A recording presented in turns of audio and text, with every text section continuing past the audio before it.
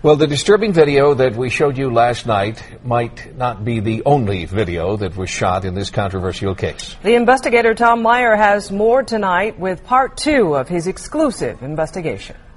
Why did you decide to talk with me? I don't want this to happen to somebody else. Greg Steffi and his wife Hope are suing the Stark County Sheriff, accusing deputies of using excessive and outrageous force, an allegation the sheriff denies. But Steffi says this video, shot by deputies and obtained by Channel 3 News, speaks for itself.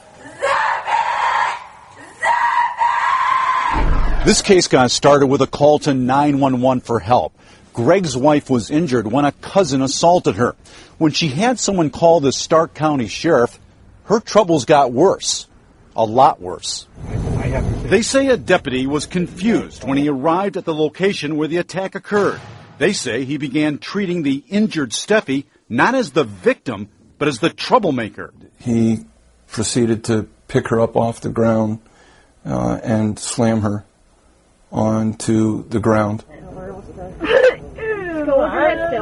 Oddly enough, the sheriff's dash cam video wasn't turned on when all this was happening. That's a big question.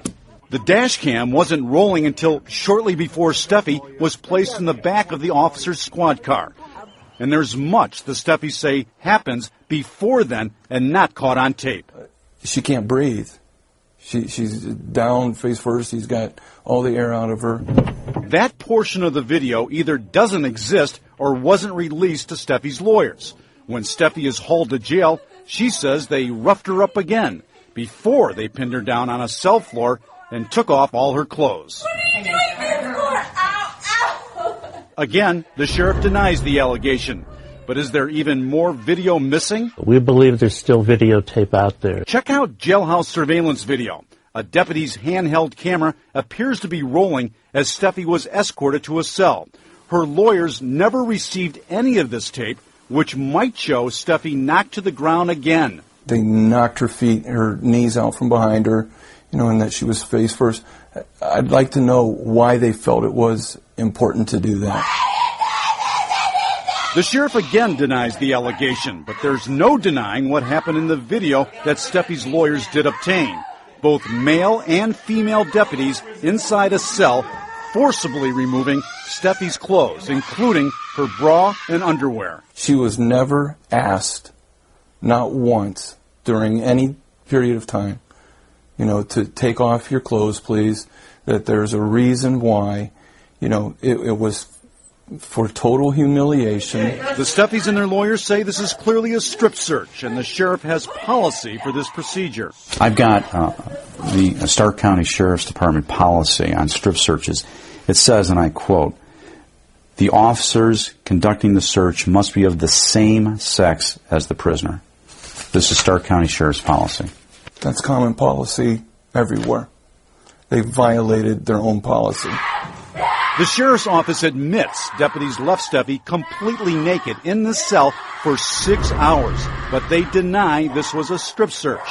Hope Steffi was convicted on misdemeanor charges of resisting arrest and disorderly conduct, but most of the videos seen in this report was never shown at trial. Now the Steffis have evidence, and they want sheriff deputies held accountable. It's just wrong that they do this to people. She called for help. She asked them for help, not for this. Not for this. Now, the sheriff isn't talking because of the pending lawsuit, but he did say he feels they did everything by the book. The FBI typically investigates allegations of civil rights violations, but the agency wasn't aware of the Steffi case until Channel 3 News contacted them today. We also have calls into the Stark County prosecutor and the Ohio Attorney General to see if they plan to do anything about all this. Tim and Ramona? I think the tough part for a lot of people, whether she did something wrong or not, is to see her being undressed with males present. That's the demeaning. And there also seems to be a real lack of clarity as to what led up to this. But that's being investigated, right? It is being investigated. She was seeing a cousin at her house, and another cousin showed up, and there was a fight. Hope Steffi was attacked. The deputy shows up, and Hope is very distraught, leans on the officer.